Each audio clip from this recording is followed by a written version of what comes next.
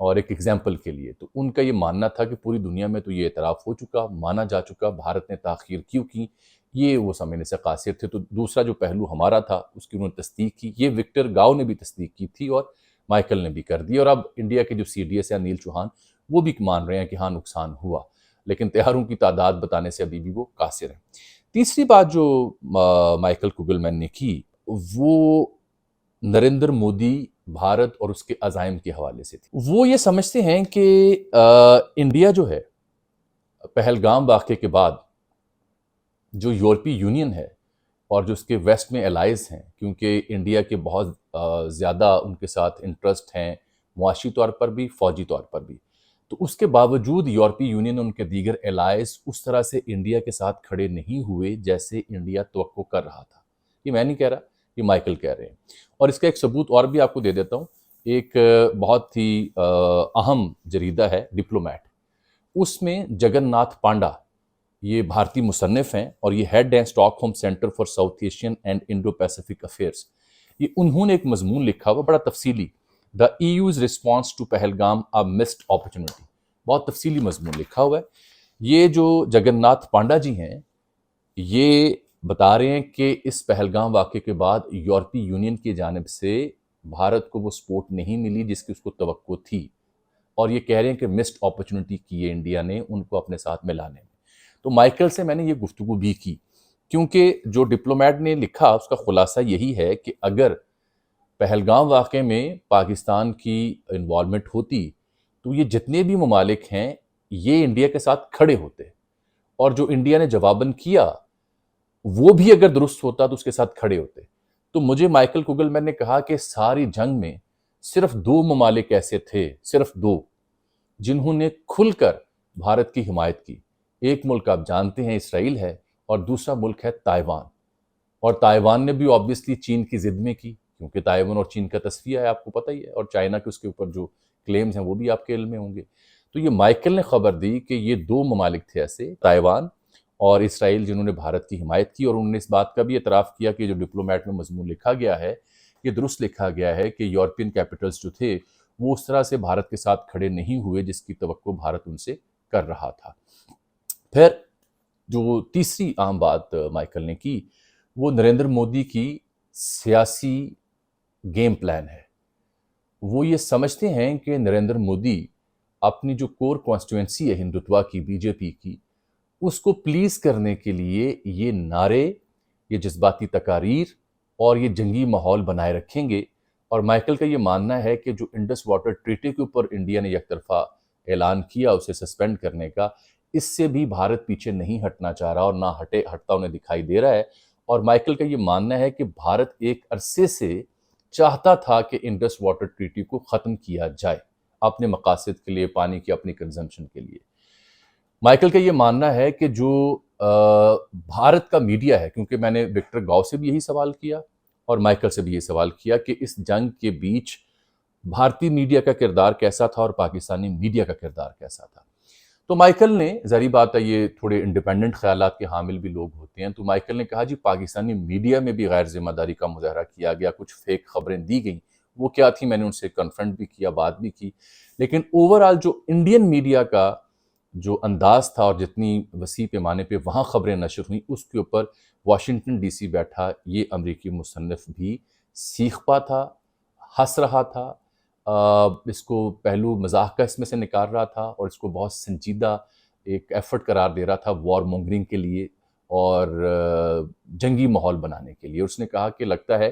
کہ اپنی عوام کے ساتھ ساتھ انڈین میڈیا جو ہے وہ بھی مودی کی پالیسیوں کے اوپر اور مودی کی ڈیسیژن میکنگ کے اوپر حاوی ہو چکا ہے، کیونکہ بہت زیادہ ہیٹ وہ اوپر لے گئے تھے اس جنگ کے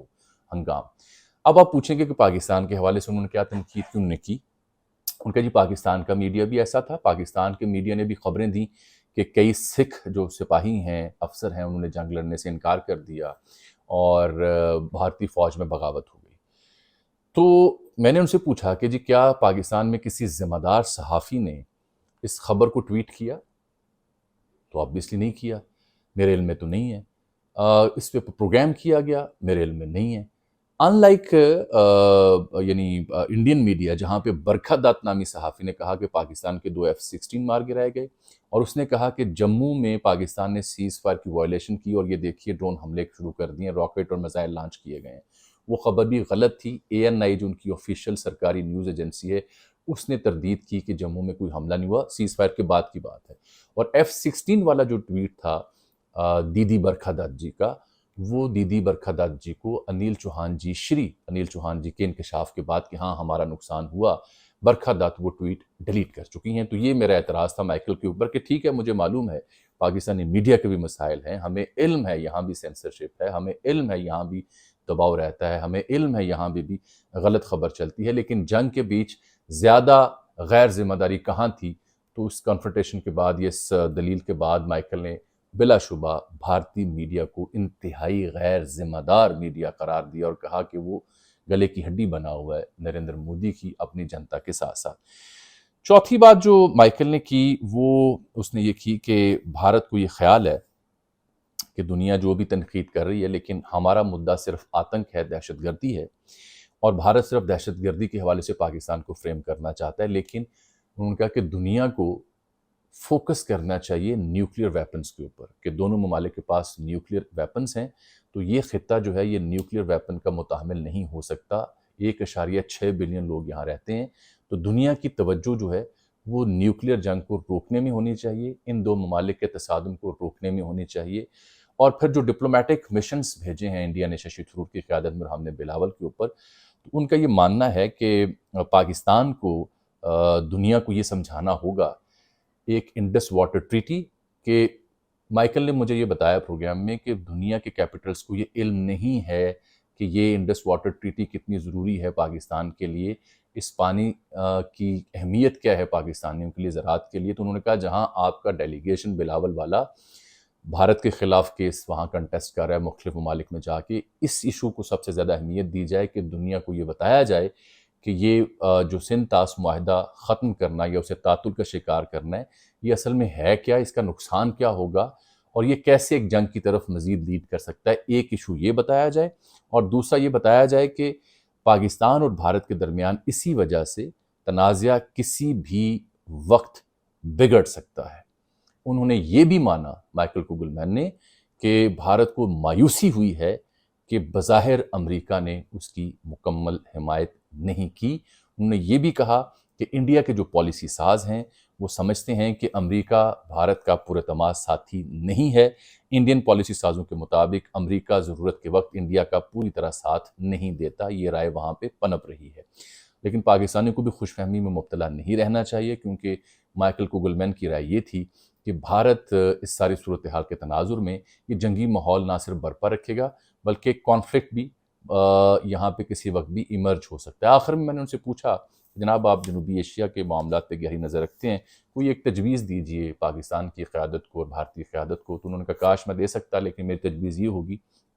کہ کوشش کریں نیگوسیشن کی میز پر بیٹھیں، اور جنگ حل نہیں ہے، بات چیت حل ہے۔ تو میں نے پوچھا آپ کو لگتا ہے ایسا ہوگا؟ تو انہوں نے کہا ایسا ہوتا دکھائی نہیں دیتا۔ سیز فائر کے اوپر میں نے پوچھا کہ یہ سیز فائر کب تک آپ کو لگتا ہے انٹیکٹ رہے گی؟ اس کے اوپر بھی مائیکل کوگلمین کی جو انڈرسٹینڈنگ تھی وہ منفی میں تھی، کہ انہیں نہیں لگتا کہ سیز فائر اچھی اسپرٹ سے آگے بڑھے گی، بلکہ انہیں لگ رہا تھا کہ یہ سیز فائر کی وائلیشن آف اینڈ آن ہوتی رہے گی۔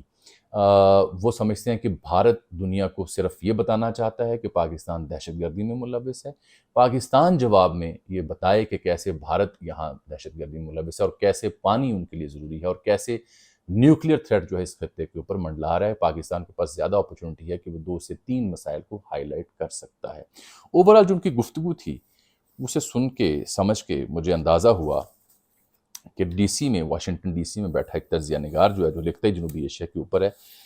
اس کی سوچ نریندر مودی کے آپٹکس، اس کے میڈیا اور اس کی جنگی جو اپروچ تھی اس کے حوالے سے خاصی منفی تھی، یعنی وہ کوئی ان کا معترف نہیں تھا۔ 6 طیاروں کے مار گرائے جانے کے اوپر بھی وہ کہہ رہا تھا کہ یہ ایسا زخم ہے جو بھارت کو لمبے عرصے کے لیے ہانٹ کر سکتا ہے۔ میرا فرض یہ تھا کہ اگر ایک ایکسپرٹ سے میری گفتگو ہوئی تو اس کا خلاصہ آپ کی اور میری زبان میں آپ تک پہنچا دوں۔ مجھے آج کے لیے آپ اجازت دیجیے۔ آپ کے دیکھنے کا بہت شکریہ۔ کچھ سوال ہو تو لکھ دیجیے گا۔ اللہ حافظ۔